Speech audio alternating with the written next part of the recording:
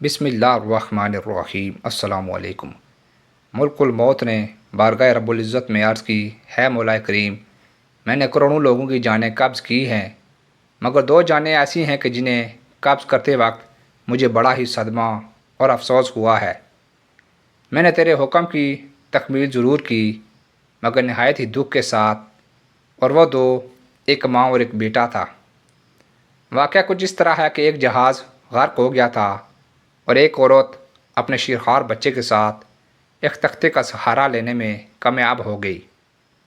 تختہ دریا میں بہہ رہا تھا اور ماں اور بیٹا اس پر سوار تھے۔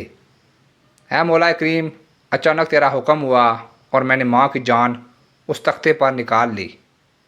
میرے لیے پریشان کن بات یہ تھی کہ ماں مر چکی ہے، اب بچے کا کیا حشر ہوگا؟ بچہ ایک ٹوٹے ہوئے تختے پر سوار ہے اور تختہ ہر آن پانی کی لہروں کے تھپیڑے کھا رہا ہے، جو کسی وقت بھی کسی تیز لہر کی زد میں آ کر الٹ سکتا ہے۔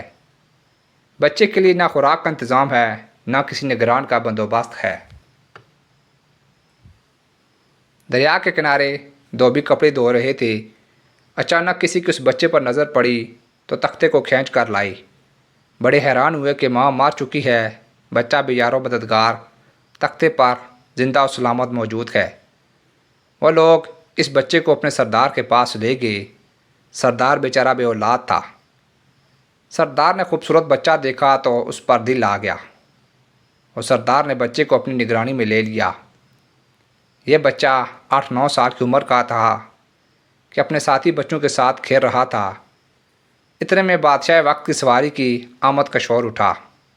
سب لوگ ادھر ادھر بھاگ گئے، مگر یہ بچہ راستے پر اکیلا کھڑا رہا۔ بادشاہ کی سواری گزر گئی، اس کے پیچھے اس کا عملہ پیدل آ رہا تھا۔ ان میں سے ایک سپاہی کو راستے میں سے سرمے کی ایک پڑیا مل گئی۔ اتفاق سے اس بچے کی نظر بہت کمزور تھی اور سرمے کی اسے بہت ضرورت بھی تھی، لہذا اس نے وہ سرما بحفاظت اپنے پاس رکھ لیا۔ آنکھوں میں لگانے سے پہلے اسے خیال آیا کہ یہ سرما کوئی تکلیف نہ پہنچائے، لگانے سے پہلے کسی دوسرے شخص پر آزما لینا چاہیے۔ قریب ہی وہ بچہ کھڑا تھا، اس نے اس بچے پر آزمانا چاہا۔ بچے نے سرما اپنی آنکھوں پر لگا لیا، مگر جوں ہی سرما اس نے لگایا، اسے زمین کی تہہ میں موجود چیزیں بھی نظر آنے لگی۔ اس نے دیکھا کہ زمین کے اندر بہت سے خزانے پوشیدہ ہیں۔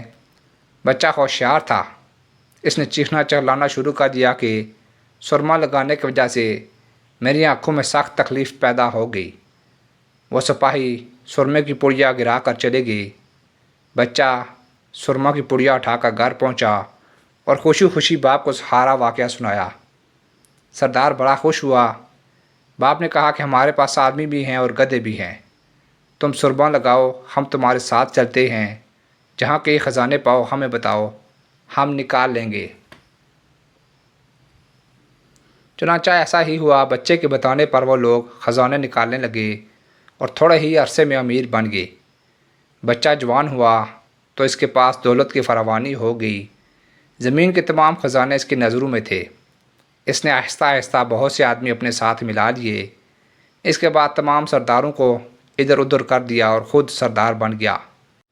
آخر نوبت یہاں تک پہنچی کہ اس نے بادشاہ کے ساتھ بھی ٹکر لے دی اور اسے مغلوب کر کے خود بادشاہ بن گیا۔ اس بچے کا نام شداد تھا اور یہ وہی بچہ تھا جس کی ماں تختے پر ہی مر گئی تھی اور یہ اکیلا سمندر کی لہروں کے ساتھ بہہ رہا تھا۔ جب یہ برسر اقتدار آیا تو وقت کے نبی نے اسے راہ حق کی دعوت دی اور جنت کی بشارت دی، لیکن اس نے سرکشی اختیار کی اور اللہ کے مقابلے میں جنت بنانے کا اعلان کیا۔ اس نے حکم دیا کہ ایک ایسا کمال درجے کا شہر آباد کیا جائے جس کی ایک اینٹ سونے کی ہو اور دوسری چاندی کی ہو۔ اس میں ایک عالیشان باغ ہو جس میں دنیا کی ہر چیز میسر ہو۔ جب وہ شہر ہر لحاظ سے مکمل ہو گیا تو شداد نے ارادہ کیا کہ جا کر اس شہر کا نظارہ کیا جائے۔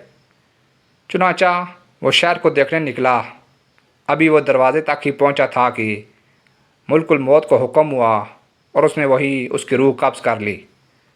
اسے اتنا موقع بھی نہ دیا کہ اپنے بے مثال باغ کو ایک نظر دیکھ سکتا۔